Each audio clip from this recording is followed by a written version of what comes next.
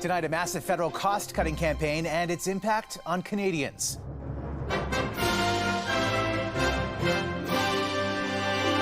Cabinet directed to slash billions. We'll tell you by when, where the cuts could come from. Today's signing marks an historic partnership. And how much of a difference the push to cut interprovincial trade barriers will actually make. A Canadian mother's fight to free her daughter from U.S. immigration and customs detention. She's scared too much. I just remember holding him so he would get swept in the flood. The soaring death toll and urgent warnings after catastrophic flooding in Texas. What's up, guys? My name is Gareth West. Plus, how police arrested this Canadian fugitive who allegedly stole millions from unsuspecting seniors. And cruising at full throttle. The hotel travels with us, so to speak. What's got tourists riding the maritime travel wave?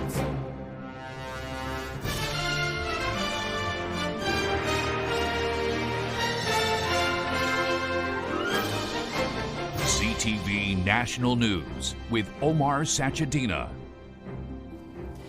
Good evening. Prime Minister Mark Carney's cabinet is facing a new deadline tonight. Find billions in savings by the end of the summer to pay for billions in new spending. We'll look into where those savings could come from in just a moment. But we begin with a reality check on how effective reducing barriers between provinces will be. CTV's Rachel Aiello starts us off.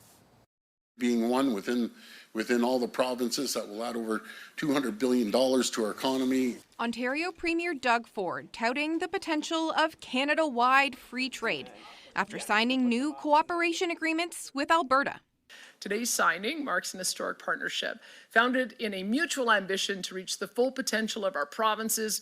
It's just the latest in a series of federal and provincial moves made to try and limit the economic damage of U.S. President Donald Trump's trade war by easing barriers at home.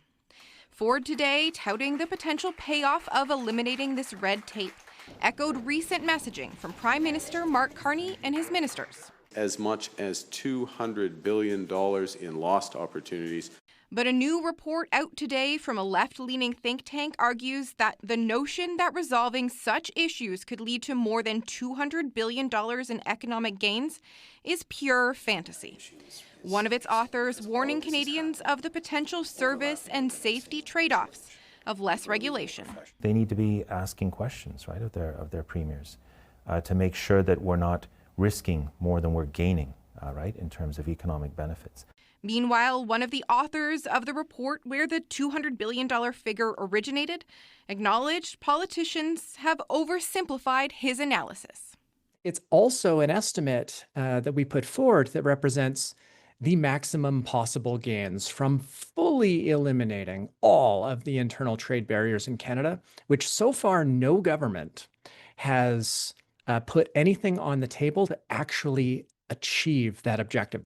Today, Internal Trade Minister Chrystia Freeland's office said the federal government knows there's more work to do, and that work will continue tomorrow when the ministers responsible for the file from each province and territory meet in Quebec City. Omar? All right, Rachel, I just want to get back to that end of summer deadline ministers face to find cost savings. And to break it down for our viewers, here's the ask. Ministers must cut 7.5% in the fiscal year starting in April 2026, 10% from their departments the following year, and another 15% in savings the year after that. On social media today, the Prime Minister is saying it's time to spend less so we can invest more. So, Rachel, where could these savings potentially come from? Well, Omar, that's the big question right now. To help pay for the Prime Minister's new spending priorities, will it mean job cuts, cuts to programs, or a combination of both? We know that the Federal Public Service employs more than 350,000 people. And the major cuts that think tanks on both sides of the political spectrum think could be coming would then have knock-on effects in communities right across the country. Reductions to federal programs and services could also be on the table in order for Mark Carney's inner circle to meet these targets. So fair to say this savings will come at a cost. Omar? All right, Rachel, thank you. The U.S. president stepped up his trade war today, threatening steep tariffs on many countries, including two major Asian trading partners. Donald Trump posted identical letters addressed to the leaders of Japan and South Korea, announcing 25% duties starting August 1st. Trump is sending letters to more countries hit by his Liberation Day tariffs that have not struck trade deals with the U.S. Canada was not included in those global tariffs and is trying to get a deal by July 21st. Trump hosted the Israeli Prime Minister at the White House today for the third time in 6 months, and Benjamin Netanyahu presented a letter to the U.S. president. The letter I sent to the Nobel Prize Committee, it's nominating you for the Peace Prize, which is well-deserved. The U.S. is brokering indirect talks between Israel and Hamas for a ceasefire in Gaza and a hostage deal. Trump has floated a plan for an initial 60-day ceasefire that would include a partial release of hostages held by Hamas and an increase in humanitarian aid for Gaza. Both leaders praised each other following U.S. airstrikes on Iran's nuclear facilities. Search and rescue teams are desperate for any signs of life from devastating flooding in Texas. The mounting death toll has now surpassed 100, including counselors and campers, with dozens still unaccounted for. Here's CTV's Adrian Gabriel on how the floods are raising questions about emergency alerts. Disaster and devastation.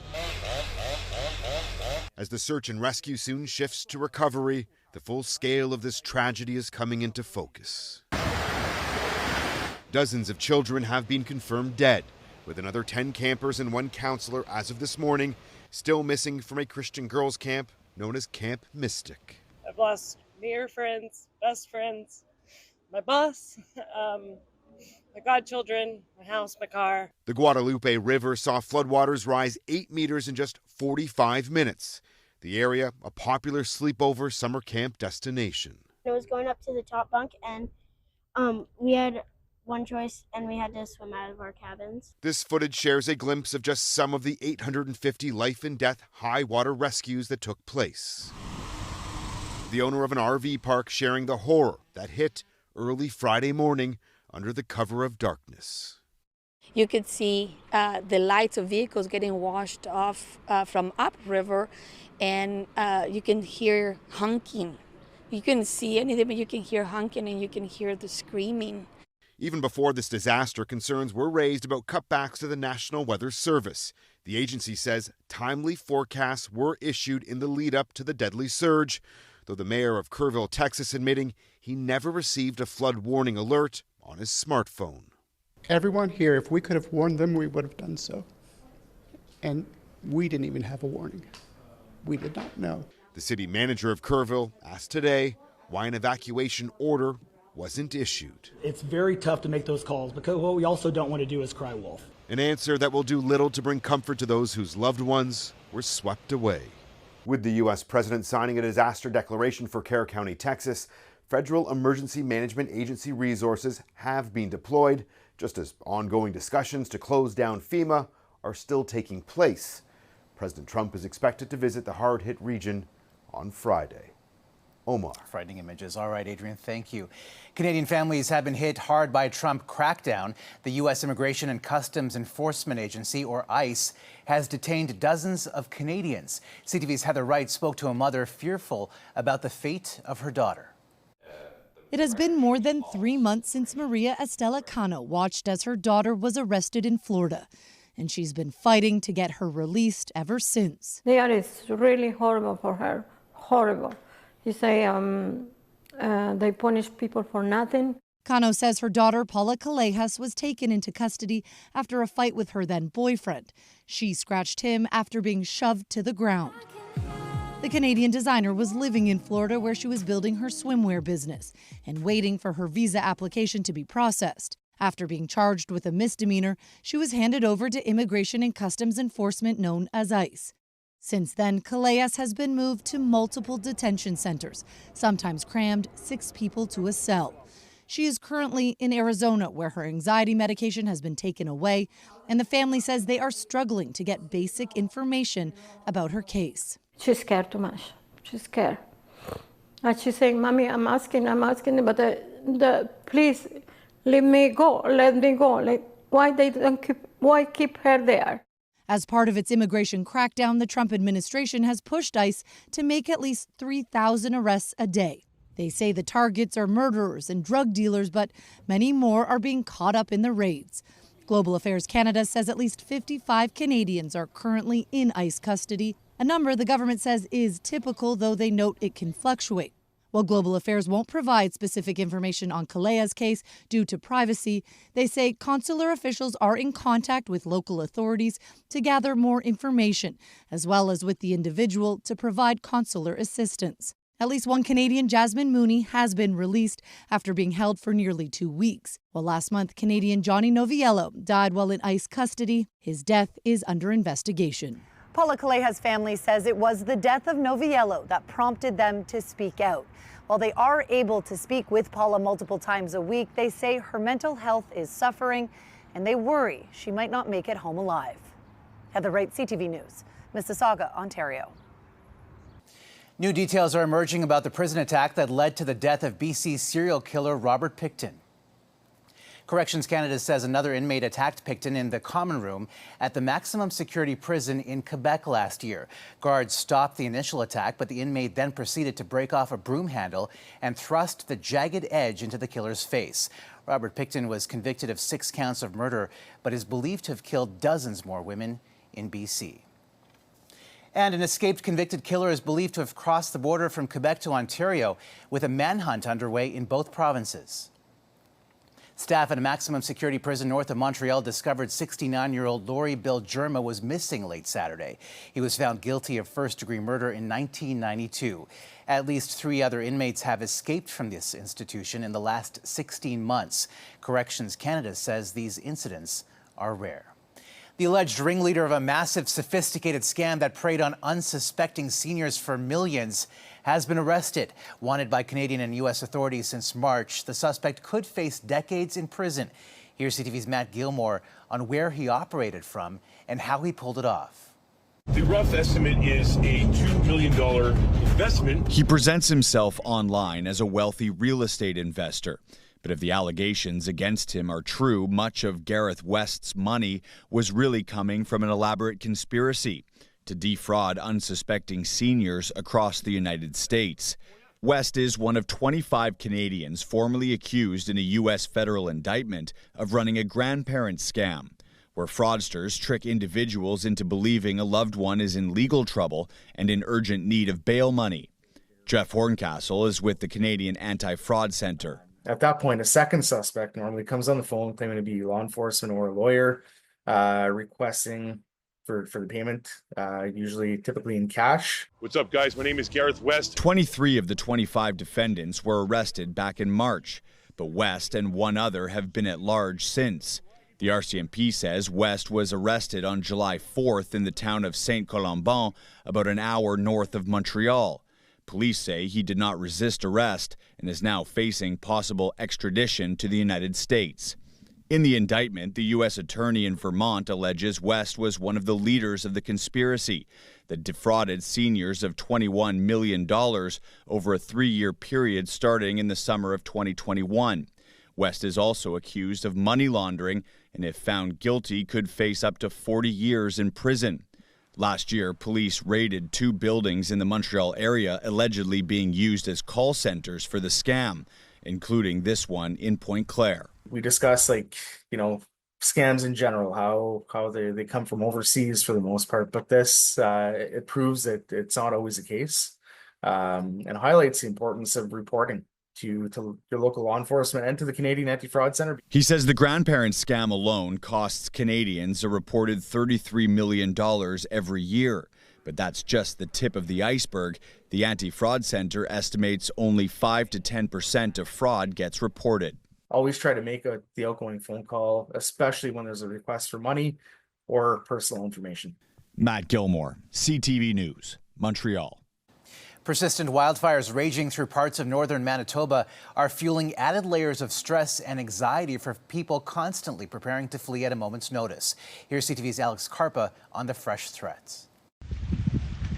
Large plumes of smoke seen near Leaf Rapids in northern Manitoba. The over 300 residents of this small town are now being forced to evacuate. It's kind of hectic, I guess. We got the notice this morning by 10 a.m. tomorrow, we have to be out of here. A growing fire southwest of the community is now threatening hydro infrastructure and could cut power to the community. Longtime Leaf Rapids resident Elizabeth Charrier has been preparing for the evacuation for a few days, but says she's dealing with a lot of anxiety. It's still stressful because we don't know, with everything else going on in Manitoba right now, we don't know what is it like for us when we get there. Are the accommodations there for us? The situation is rapidly changing hour by hour here in Manitoba. There are 81 active fires throughout the province, and over a dozen of those fires are either threatening or impacting several communities. The town of Lynn Lake is now mostly evacuated, with only essential workers remaining. Mayor Brandon Dulowich says the community needs more firefighting resources. There's major fires threatening several communities in the north here, and it sounds like some higher priorities than us, so that's not reassuring news. Tataskoya Cree Nation continues to deal with out-of-control wildfires, which destroyed at least 7 homes in that community. Northern Manitoba's largest city, Thompson, declared a state of emergency this morning, and several other First Nations communities in the region are continuing medical evacuations, preparing for potential worsening situations. The only place that's not on fire is the east of us, so which is but we don't hardly get any easterly winds. It's mostly north, west, or south. So we get a lot of smoke. A troubling time for so many in the north, where 6,600 Manitobans remain out of their homes for now. Alex Carpa, CTV News, Winnipeg. Coming up. We desperately need new bodies here to help us with the work. We'll tell you why a draft directive for doctors is prompting backlash. Plus, where this vicious lion attack caught on camera is forcing major changes.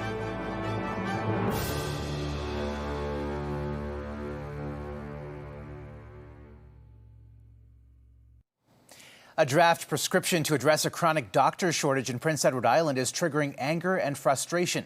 CTV's Maria Saru on the plan some believe will stress rather than support a strained healthcare system.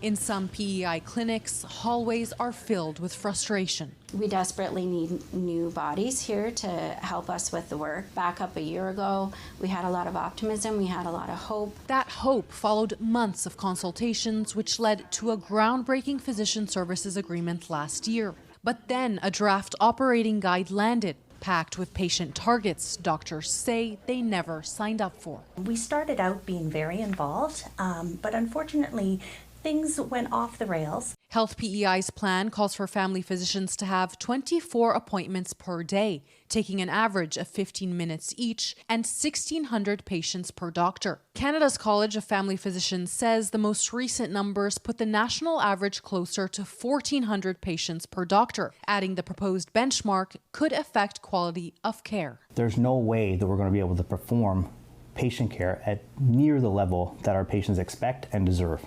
As for Health PEI, the agency insists the figures are flexible and fair. CEO Melanie Fraser says that 1,600 patients is a maximum, not a minimum, and most family doctors will have a lower target tailored to their practice. We sit down with each physician and we say, are you part-time or are you full-time?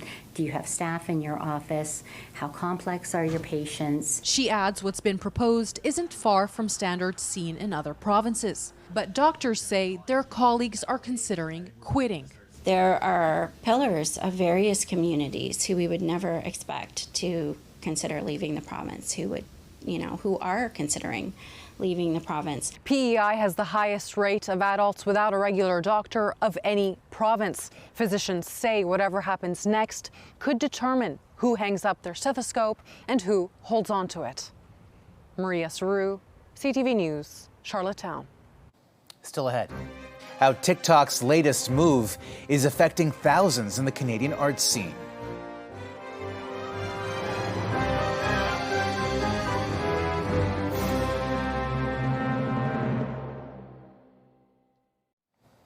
Authorities in Pakistan have confiscated 18 lions that were kept illegally as pets after a pet lion attacked a woman and 2 children last week.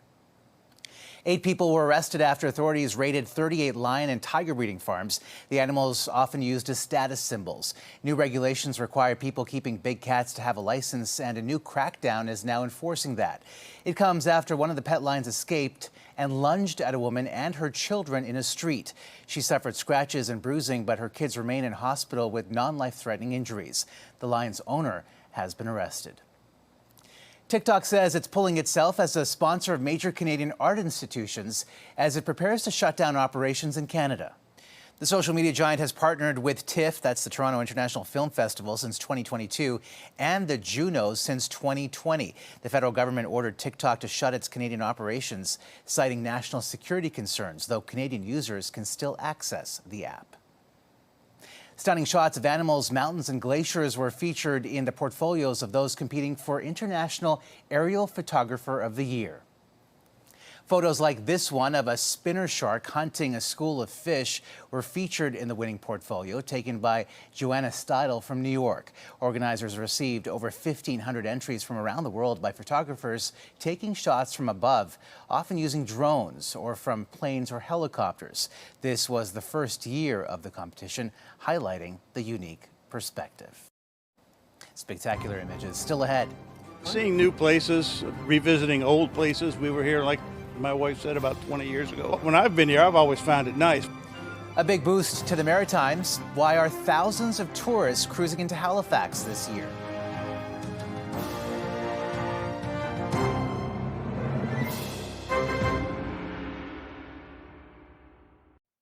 The cruise ship season has enjoyed a wave of economic success across Canada's east coast. Here's CTV's Paul Hollingsworth on why the big boom has attracted tourists worldwide and all aboard.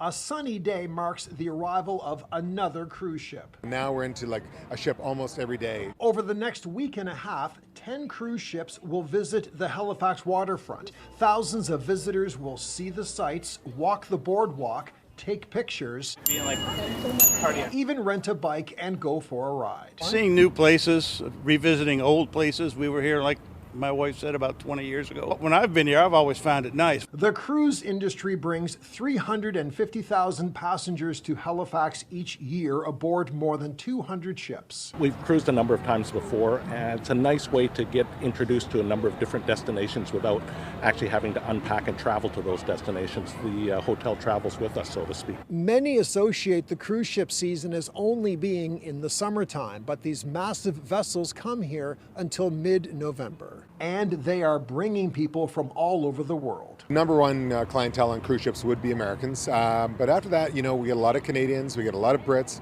a lot of Germans, and we're getting like a whole variety of cultures from all over Europe, more so than we've gotten in a long time. Overall, the number of visitors in Halifax grew almost 20% last year. Tourism operators predict, thanks to a busy cruise season, those numbers will grow even more in 2025. Paul Hollingsworth, CTV News, Halifax. And that's a snapshot of this Monday for all of us at CTV National News. Thank you for watching. Good night, and see you tomorrow.